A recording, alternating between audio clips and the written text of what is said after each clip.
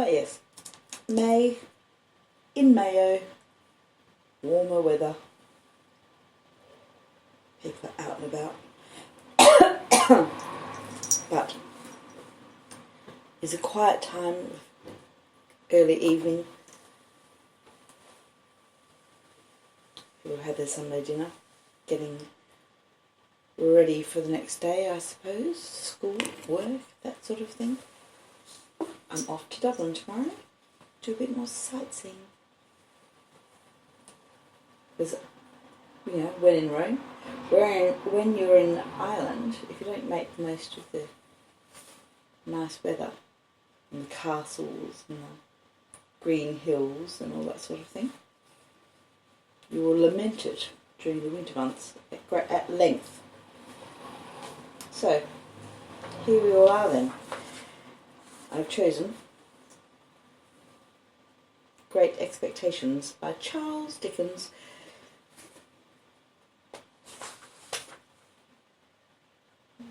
One of my favourite Dickens, I think. I think because I did it in English literature for the Australian version of Leaving. So I was I first read it when I was about 11, I think. So I was already quite au fait with it by the time it came around for my leaving exams. But I like the irony of it, and also I was brought up by hand by two characters very, very similar to Mr. and Mrs. Joe Gargery.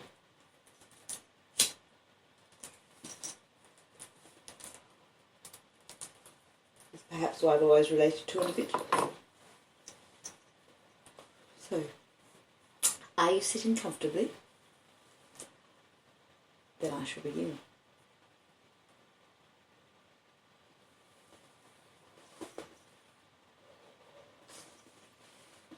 Great Expectations.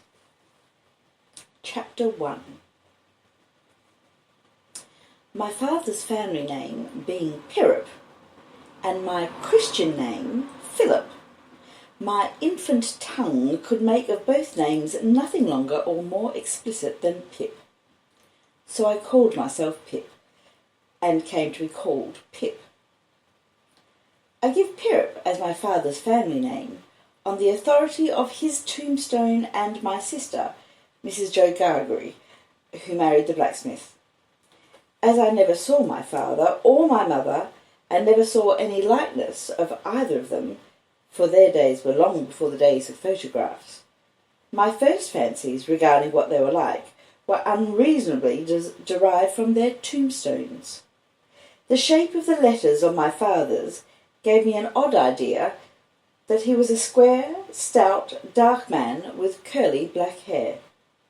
From the character and tone of the inscription, also Georgiana, wife of the above, I drew a childish conclusion that my mother was freckled and sickly. To 5 little stone lozenges, each about 1.5 feet long, which were arranged in a neat row beside their grave, and were sacred to the memory of 5 little brothers of mine, who gave up trying to get a living exceedingly early in that universal struggle. I am indebted for a belief I religiously entertained that they had all been born on their backs with their hands in their trouser pockets, and had never taken them out in this state of existence. Ours was the marsh country, down by the river, within, as the river wound, 20 miles of the sea. My first most vivid and broad impression of the identity of things seems for me to have been gained on a memorable raw afternoon towards evening. At such a time I found out for certain that this bleak place overgrown with nettles was the churchyard, and that Philip Pirrip, late of this parish, and also Georgiana, wife of the above, were dead and buried, and that Alexander, Bartholomew, Abraham, Tobias, and Roger, infant children of the aforesaid, were also dead and buried, and that the dark, flat wilderness beyond the churchyard, intersected with dykes and mounds and gates, with scattered cattle feeding on it, was the marshes. and that the low leaden line beyond was the river, and that the distant savage lair from which the wind was rushing was the sea, and that the small bundle of shivers growing afraid of it all and beginning to cry was Pip.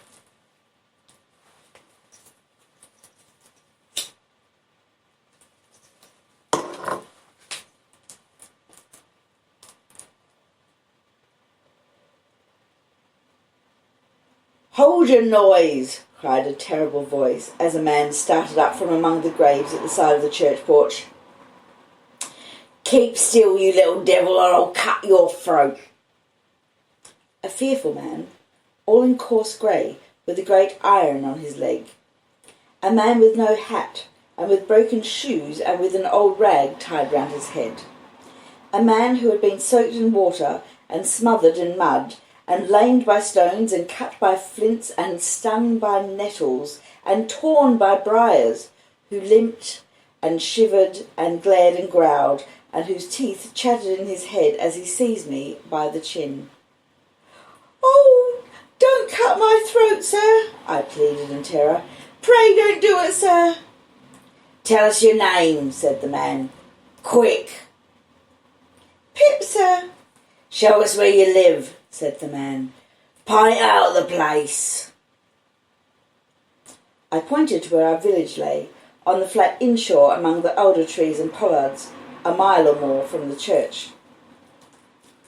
The man, after looking at me for a moment, turned me upside down and emptied my pockets. There was nothing in them but a piece of bread.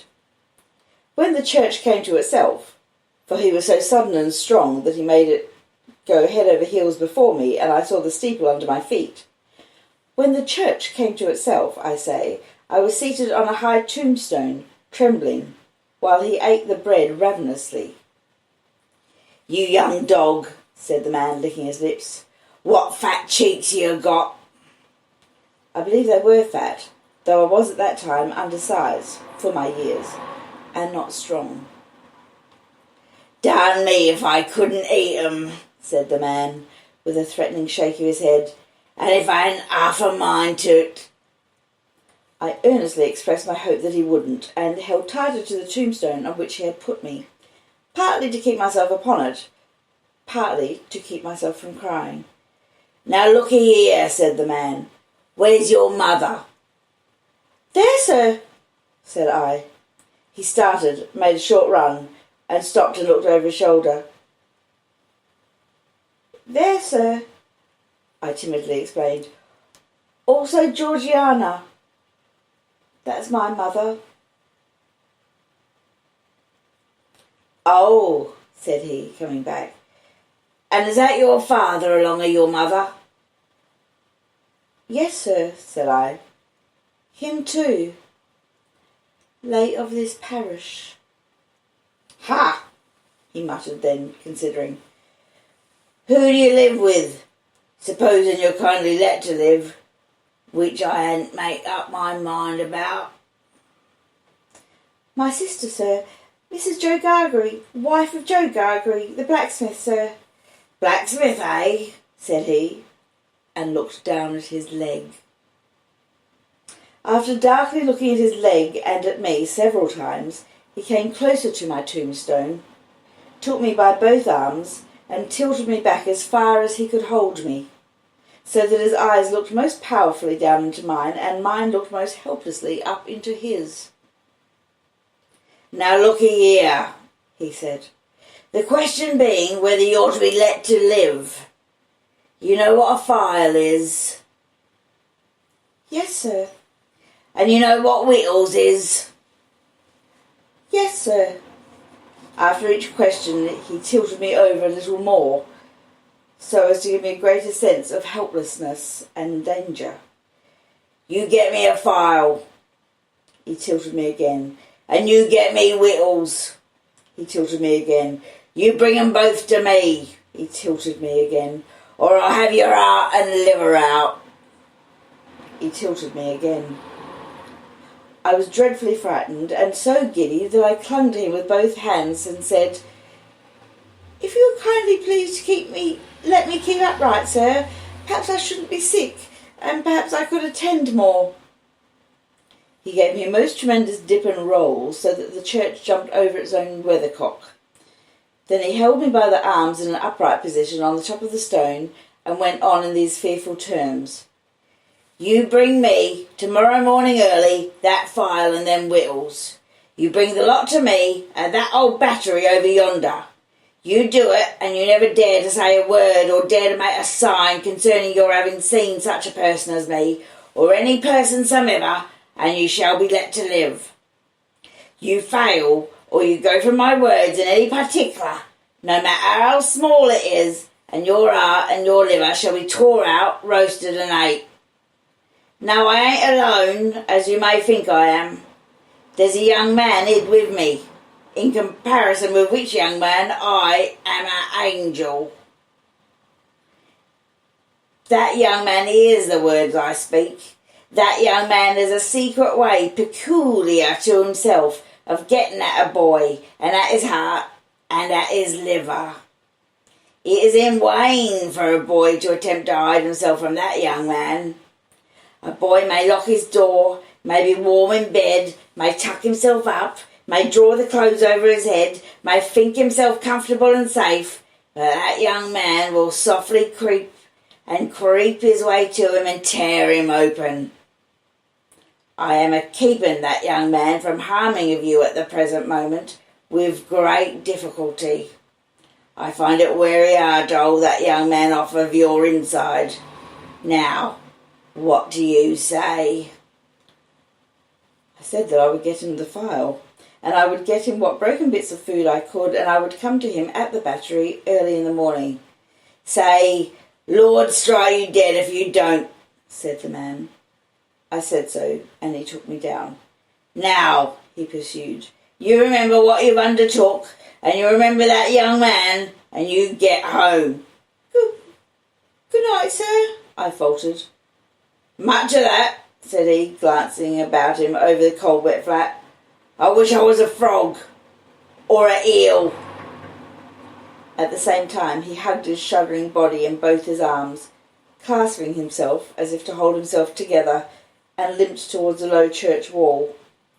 As I saw him go, picking his way among the nettles, and among the brambles that bound the green mounds, he looked in my young eyes as if he were eluding the hands of the dead people, stretching up cautiously out of their graves to get a twist upon his ankle and pull him in. When he came to the low church wall, he got over it, like a man whose legs were numbed and stiff, and then turned round to look for me.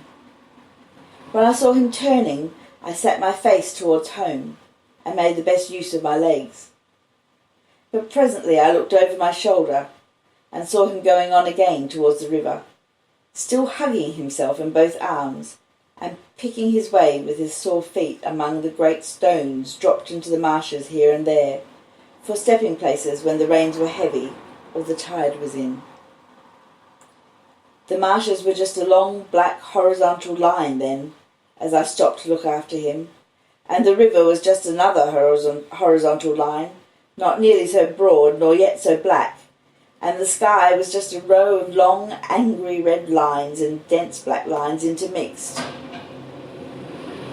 On the edge of the river I could faintly make out the only two black things in all the prospect that seemed to be standing upright.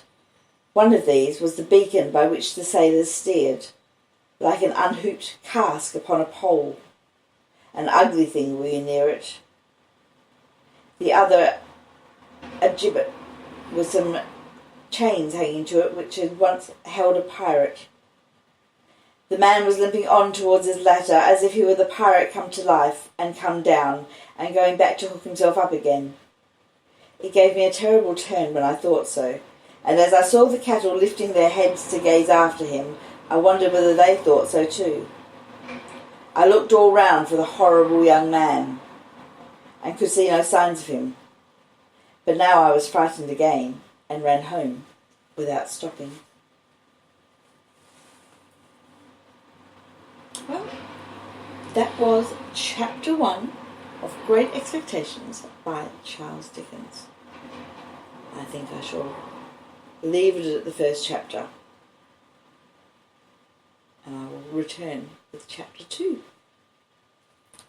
Thank you everyone for listening. Please click like and subscribe and share me about, and I will see you when you've got nothing on.